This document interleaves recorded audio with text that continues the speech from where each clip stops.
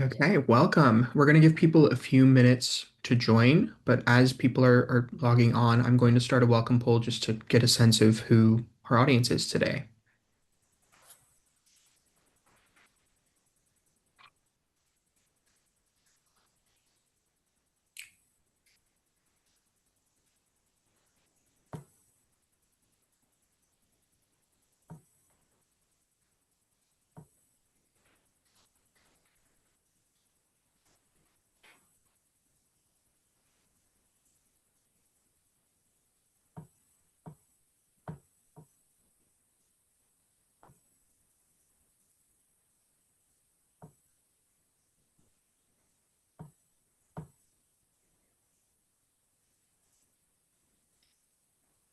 Okay, I'll give it another minute or so as people join in. And thank you for those of you who filled out the poll. It looks like we have largely parents across a few different grades here to learn about or checking in for their students on what they need to do to be successful.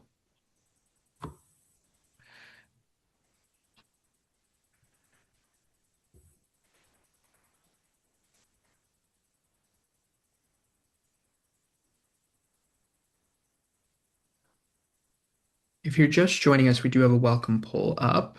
Oh, looks like we got everyone. We're hitting almost all the grades. Nice.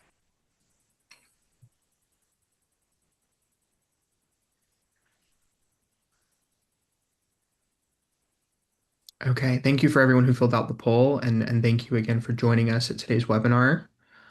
Ultimately, our goal is to outline how to be successful on these upcoming AP exams. To start off, I just want to introduce myself and then allow my co-hosts to introduce themselves. My name is Taryn Teeples, and I've been an academic and test prep mentor with ESM for about 4 years, but in the education realm and teaching for over a decade at this point. I'm specialized in more of the AP Science and Math exams. So that's my content area, and then overall test prep strategy and helping students succeed on the tests themselves. I'll turn things over to my colleagues and let them introduce themselves. I think we'll start off with Kevin. Hi, I'm Kevin Quayle II. I have also been with ESM for about a little over 3 years, in education for a little over 20. So I specialize more on the humanities and social sciences side of the APs. And I'm Philip Sommerfeld. I've been with ESM for over 8 years now. Um, I, like Taryn, specialize in the AP Science and Math exams. We have a little bit of overlap, but we do specialize in separate AP Science exams as well. So, Perfect. Thanks, Kevin and Phil.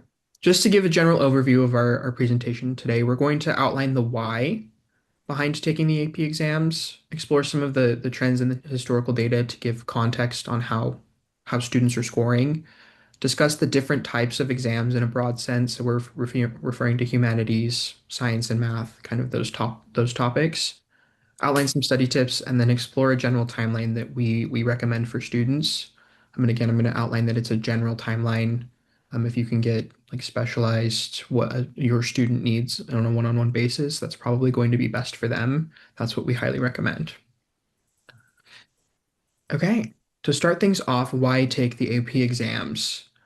The overarching answer is exposure to college level rigor and higher level skill building. So the vast majority of these AP exams are going to mirror kind of introductory college level courses that students would take kind of their freshman, maybe sophomore years. Some exams can go higher, but it really depends on the exam itself. And so with students getting that higher level of rigor in more of a high school setting, they're able to get an early sense of what curriculum might look like as they head into their college experience. And they're able to build some different skill sets that they might not have if they hadn't experienced the college level rigor in their time in these courses. So the higher level rigor can also impact admissions decisions in some cases, especially with colleges that are doing a holistic review of their profile. So higher grades and AP exam scores can set a student apart as having the skills that they need to be college ready. And so being able to get these higher scores and higher grades in these courses is something that can be very impactful to their admissions profile overall. And then a happy side effect of all of the time and effort that students are putting into these courses and these exams is that they can also translate to some college credit at most schools. And that can save students a lot of time and effort on just their course load overall. And then if there's a course that they took in high school that they know is not something that they want to pursue, but is a general education requirement, they're getting it out of the way early and can focus on more intentional coursework as they head into their college career. Overall, these exams are a culmination of the time and effort they're putting into their overall college preparedness and higher level content mastery. So next up, I'm going to turn things over to Phil to outline some of the realities on the time and effort that is required to get those top-notch scores on these exams. Yeah, thank you, Taryn. And we have this titled "Reality of Getting a 5," but I want to kind of stress the fact that a 4 is a great score as well, and a lot of what I'm about to talk about relates to getting earning a 4 as well. Um, and the fact is, classwork isn't a guarantee of getting a 4 or 5. Success in the course can mean any number of things. It can mean, the teacher has, certain requirements that don't necessarily match up well with what the AP exams test. It can mean students are really good at getting homework done on time, and any number of ways that you can, earn a really solid score in your course may not necessarily translate to doing well on the exam. So it's really crucial, really important to make sure you understand how to study for the exam itself. Um, they are very unique exams. They write questions in, very interesting and novel ways that don't always reflect what students study and how they study and how they are tested in their actual course. On top of that, some teachers won't necessarily, quote unquote, teach to the exam, and that can be, that I would say there's negatives and positives to that. Positives being that they're teaching in a more flexible way and covering, conceptual things, maybe more, broadly speaking, and not just narrowly focusing on the exam. But it does pose a challenge if a teacher isn't preparing students for those specific intricacies of the exams themselves. Um, on top of that, I had a scary moment with one of my students last week. Some teachers will struggle to keep up with the curriculum in a timely fashion. For example, with my student last week, I was working with him on test prep, and I asked him how his physics course was going because one of my specialties is physics, and he said that things were going well, but he did mention that his teacher had said that they're a little bit behind, and I was like, okay, well, what does that mean? Like, how behind are you? He's like, well, we're finishing up Unit 2 right now. And I almost had a heart attack because Unit 2 is only 2 of the 8 units in the course. And this was last week, so they're in the second semester. They're more than halfway done with the course and not even a quarter of the way done with the curriculum.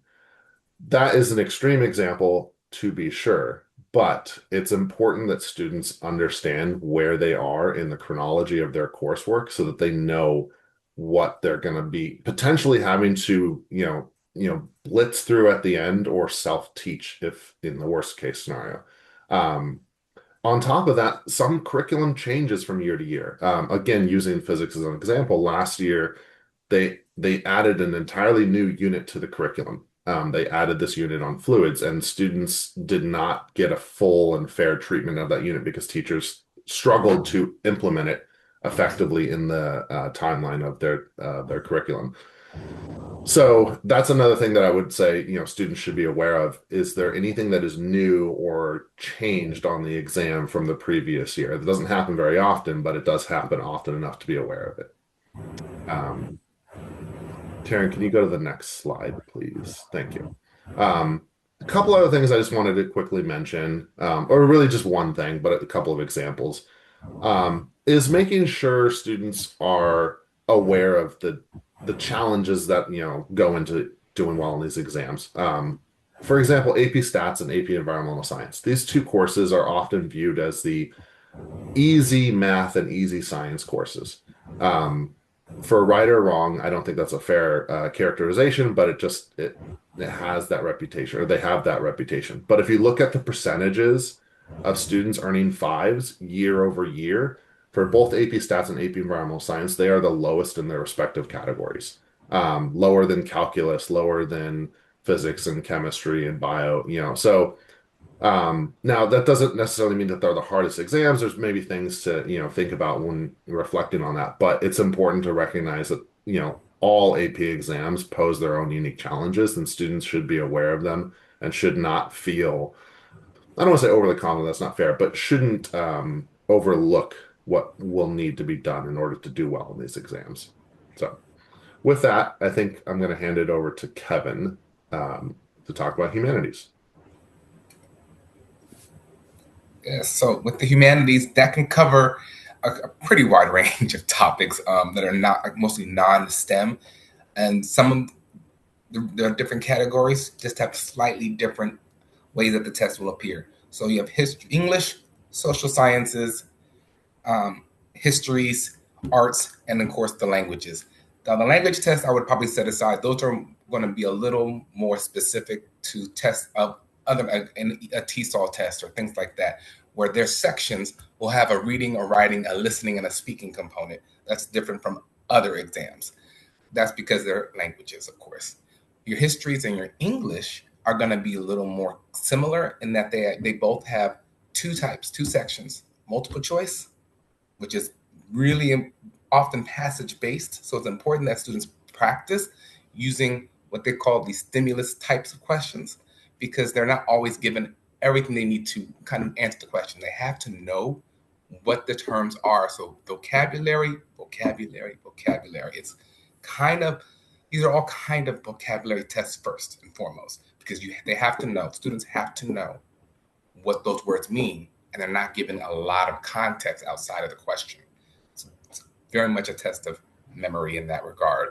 So, of course, it's going to come back down to their knowledge of certain rules and as well as concepts. And for some people, especially with the histories and the social sciences, what can make them seem a challenge is just the breadth of information. Right? They can cover a lot of topics, even if they're not all going to appear on the AP exam. So it's just kind of being ready for what can potentially be on it.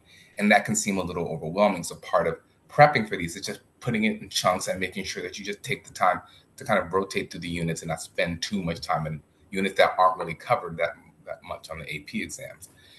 The other thing to think about is that there's an FRQ section.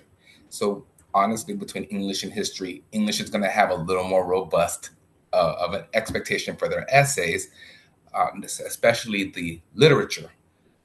But with the histories, they give you a rubric and they tell you exactly what to cover. Students need to really be clear on just the rubrics, what they're asking for, because there's no extra points. They're not going to get bonus points for writing a longer or a like more substantive text if it doesn't include the information or the pieces that they're asking for initially. So the goal outside of say classes, where classes students teachers often want them to build their skills, punch up, do very well, go above and beyond, and that's absolutely excellent. But for the exam itself, as you prepare for that, you kind of have to work into getting into this mode of meet the expectations on like a bullseye. Because if you do too much, it will cost you time. So that's part of the balancing for these more humanities side exams.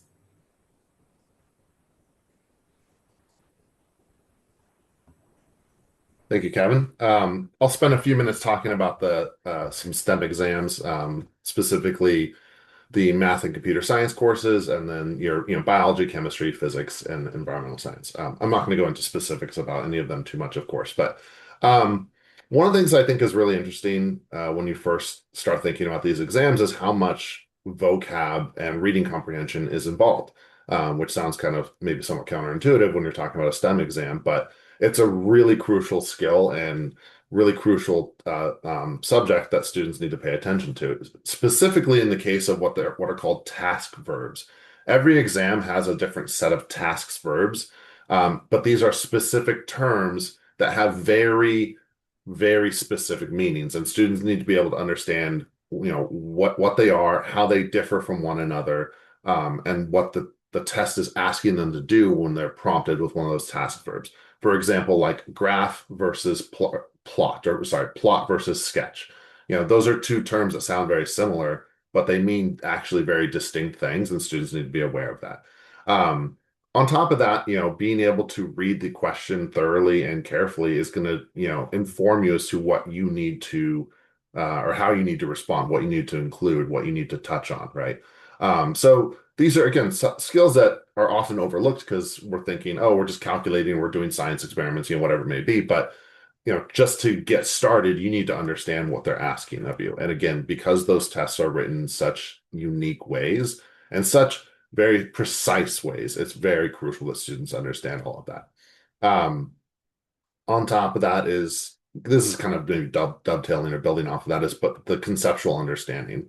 Um, Students need to understand the concepts at a very deep level. Especially, in my opinion, especially with the multiple choice questions, because the multiple choice questions are often not built to, have you do a long or lengthy calculation or, run an experiment or anything like that. The multiple choice questions are built to get at the core of what the concept is. And if a student is a little bit iffy on that because they're like, oh, I can just do the calculation's easy or whatever it may be, but they're a little iffy as to what the calculation is doing or what it's telling you, they are going to struggle with the conceptual side, and therefore they're likely going to struggle with the multiple choice question side. So making sure students are really confident with the core concepts is, I mean, I would say it's arguably, you know, as important on all of these exams, but I can't stress it enough. Um, then there's all kinds of, notions of strategy and approach to the multiple choice questions and, how best to, approach. Should you skip them? If you're a little bit slow to answer a question, should you skip it and come back? I think some of that is personal. And so I would, really encourage students to explore different approaches to the multiple choice questions when it comes to those types of considerations, because not every strategy or approach is going to work the same for every single student. Um, and then we have things like, essays, and I mean, essay is maybe a bit of a strong word for the STEM exams, but short answer questions, and then scientific inquiry and methodology. Students need to be able to construct well-written responses to questions to show the reader that they understand what they're talking about, that they are not just spewing out, a formula or a concept or a theorem or whatever it may be, but they actually understand why it's there and what it's doing, what it's justifying, what it's, supporting or how it's supporting something.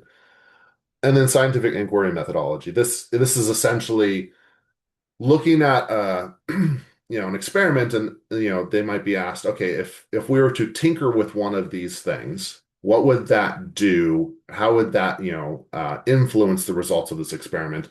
And how do those changes show up in your understanding of it? So a student might be asked to give some sort of explanation, conceptual explanation for what's going on, and then they're said, okay, and then they're told, if we do this, does it support your explanation, or does your explanation kind of deviate from the response that you might see? All of these things are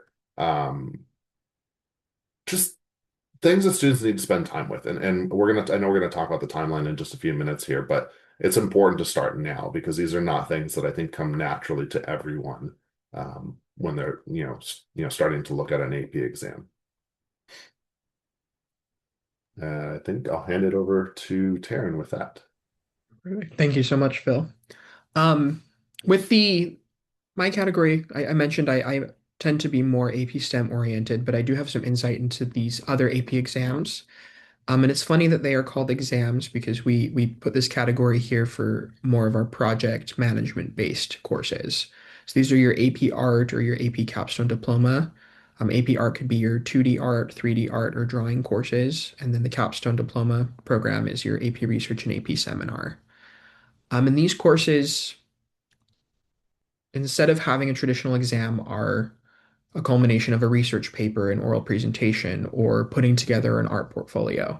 And so these are very specialized courses that if a student is wanting to pursue a research field or wanting to pursue something in the arts, it can help them to develop those skills that are going to be critical that they have as they head into those realms. The AP Art comes with also developing your portfolio and having that as something that you need to have measured and planned out so that you have your portfolio ready as you're applying to schools later on. And so these other AP exams, even though they're not a traditional exam, they are really critical for students that are pursuing specific career paths. And they implement lots of amazing skills that they will need to be successful.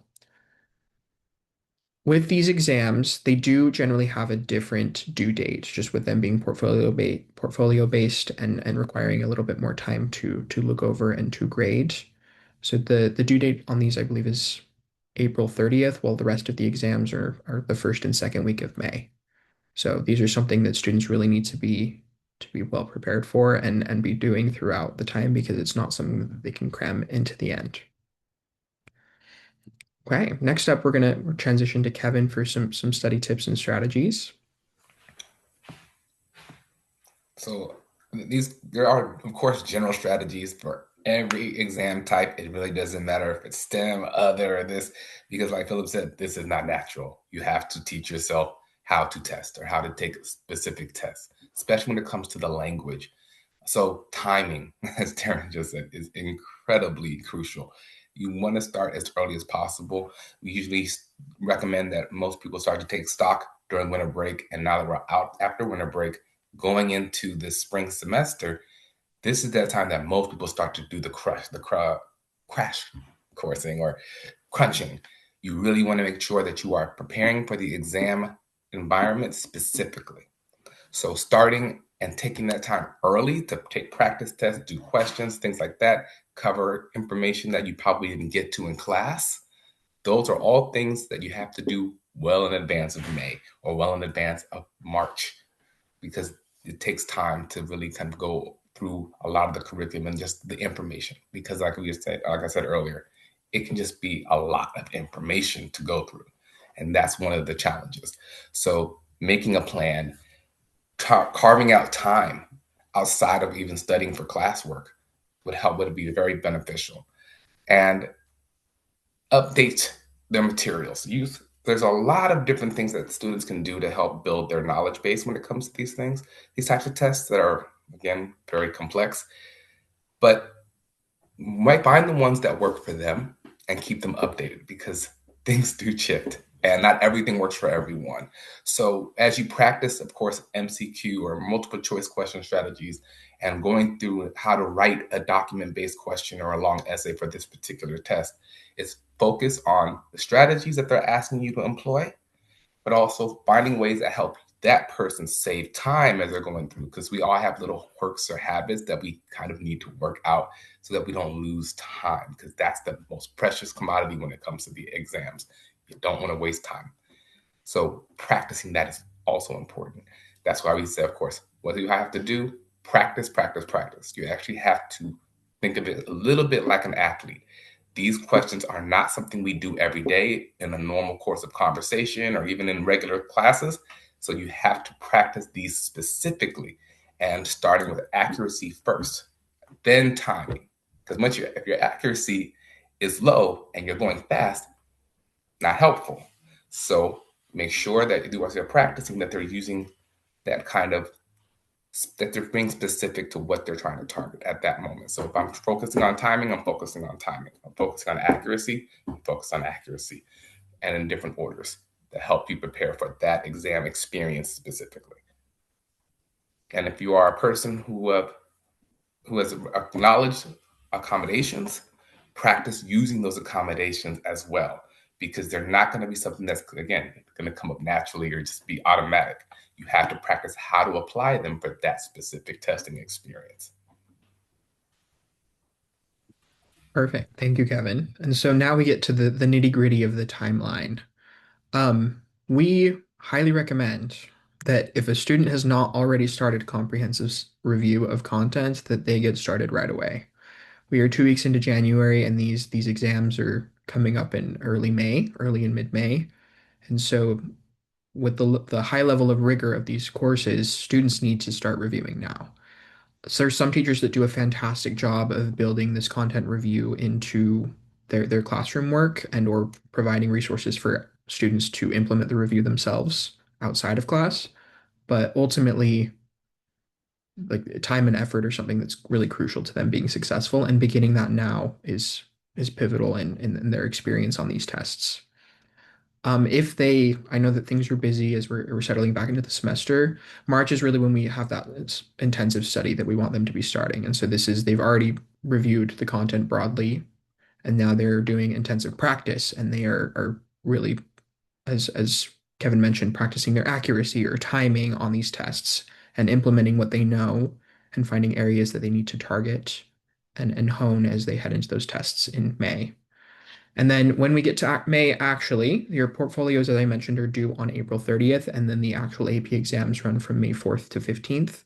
And those schedules are something that is set by College Board ahead of time, and that students can view online at this point as well. Some schools, depending on when they are in session, might have different dates, or if a student has two exams that conflict, that are offered during the same time, they can schedule a separate date to take them, but those makeup dates are something that is also set by College Board in advance. So the moral of the story here is students need to start reviewing content now, and they need to be diligent and measured about their approach to the content and reviewing all of it heading into that intensive practice that starts up in March. Heading into our next slide, I'm just going to start our closing poll as we're coming to an end here. And then if you want to use the Q&A feature to start asking any questions you might have, that would be wonderful. But our next slide is if your student needs support on these exams, we are specialized in offering one-on-one mentorship, whether that be in the content itself or delving into that deeper strategy that we mentioned and getting them practice that they need to be successful. And then I will leave this up here for a second, but we're able to do a lot as far as helping students to succeed. And I know that Kevin and Phil and myself all have some great outcomes from students. Okay, with that, we'll kind of head into our Q&A portion. And I will keep the slide up while we do that. But if there are any questions that anyone has, if you want to post them in the Q&A, we're happy to answer them.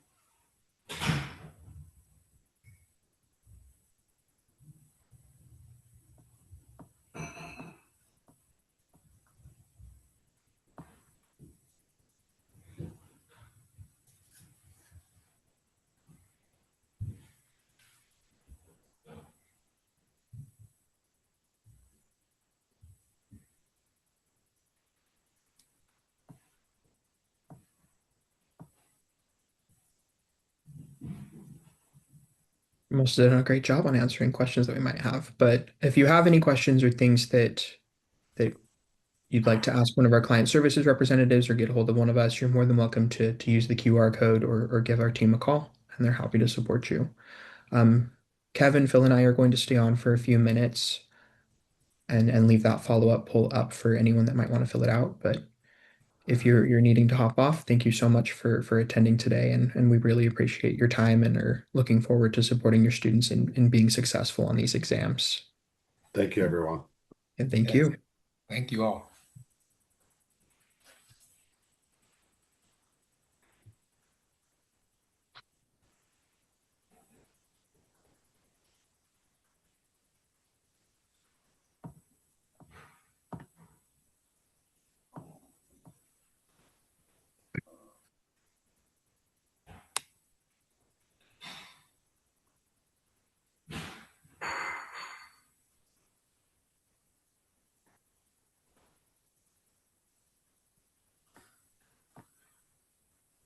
Okay, it looks like everyone is hopped off, so I'm going to go ahead and end the webinar. Thank you all. No, yeah, thank you. That was Thank you, guys.